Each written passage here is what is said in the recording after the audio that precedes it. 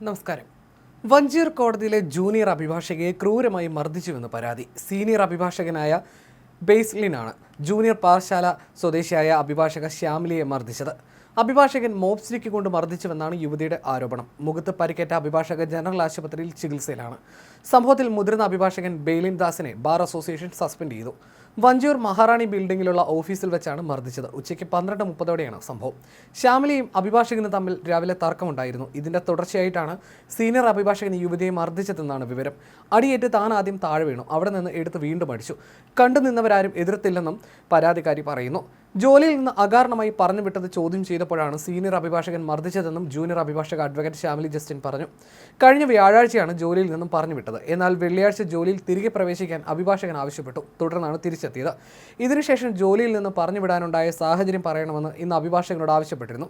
ഇതിൽ പ്രകോപിതനായി തന്നോട് അങ്ങനെ ചോദിക്കാനായോ എന്ന് ചോദിച്ച് മുഖത്ത് ആഞ്ഞടിക്കുകയായിരുന്നുവെന്ന് യുവതി ആരോപിച്ചു. അഭിഭാഷകന്റെ ക്രൂരമർദ്ദനത്തിനിരയായ അഡ്വക്കേറ്റ് ശ്യാമിലിയുടെ CT സ്കാൻ പൂർത്തിയായി. സംഭവത്തിൽ ബാർ അസോസിയേഷനും വഞ്ചൂർ പോലീസിലും യുവതി പരാതി നൽകി. പരാതിയിൽ വഞ്ചൂർ പോലീസ് ആശുപത്രിയിലെത്തി യുവതിയുടെ മൊഴിയെടുക്കുകയാണ്. യുവതിയുടെ മുഖത്ത് ക്രൂരമർദ്ദനമേറ്റതിന്റെ പാടുകളുണ്ട്. ഇയാൾ ജൂനിയർ അഭിഭാഷകരോട് വളരെ മോശമായാണ് പെരുമാറാറുള്ളതെന്ന് മർദ്ദനമേറ്റ അഭിഭാഷക പറഞ്ഞു. മുഖത്തടിച്ച ശേഷം ക്രൂരമായി മർദ്ദിച്ച് നിലത്തിട്ടുവെന്നാണ് ആരോപണം. ഈ സംഭവം ഉണ്ടായ ഉടനെ വനിതാ അഭിഭാഷക ബന്ധുക്കളെ വിളിച്ചു വരുത്തിയപ്പോൾ ആരോപണ വിധേയനായ അഭിഭാഷകനെ അവിടെ നിന്ന് മാറ്റാനുള്ള സഹായം ചെയ്യുകയായിരുന്നു മറ്റുള്ളവരെന്നും പരാതിയുണ്ട്. വഞ്ചൂർ പോലീസ് സ്റ്റേഷന്റെ സമീപത്താണ് അഭിഭാഷകന്റെ ഓഫീസ് സ്ഥിതി ചെയ്യുന്നത്. പോലീസ് എത്തുന്നതിന് മുമ്പ് തന്നെ അഭിഭാഷകനെ രക്ഷപ്പെടുന്നതിന് അവിടെ ഉണ്ടായിരുന്നവർ സഹായിച്ചുവെന്നും യുവതി ആരോപിക്കുന്നു. അഭിഭാഷകനിൽ നിന്ന് ഇതിനു മുൻപ് മർദ്ദനമേൽക്കേണ്ടി വന്നിട്ടുണ്ടെന്നും പരാതിക്കാരി പറയുന്നു. മറ്റുള്ള സ്റ്റാഫിനോടും ഈ അഭിഭാഷകൻ അപമര്യാദയായി പെരുമാറുന്നതായും പരാതി ഉയർന്നിരുന്നു.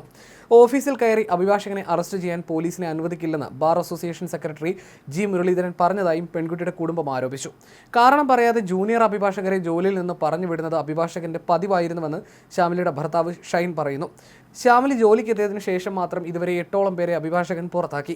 ഇത്തരത്തിൽ തലേ ദിവസം വിളിച്ച് ശ്യാമിലിയോട് ജോലിക്ക് വരേണ്ട എന്ന് അഭിഭാഷകൻ അറിയിച്ചു. തുടർന്ന് സ്ഥാപനത്തിലെത്തിയ ശ്യാമിലി തന്നെ എന്തുകൊണ്ട് പുറത്താക്കിയെന്ന് തിരക്കി. അത് നിന്നോട് പറയേണ്ട ആവശ്യമില്ല എന്ന് പറഞ്ഞാണ് ശ്യാമിലി അഭിഭാഷകൻ മർദ്ദിച്ചതെന്നും ഭർത്താവ് പറഞ്ഞു.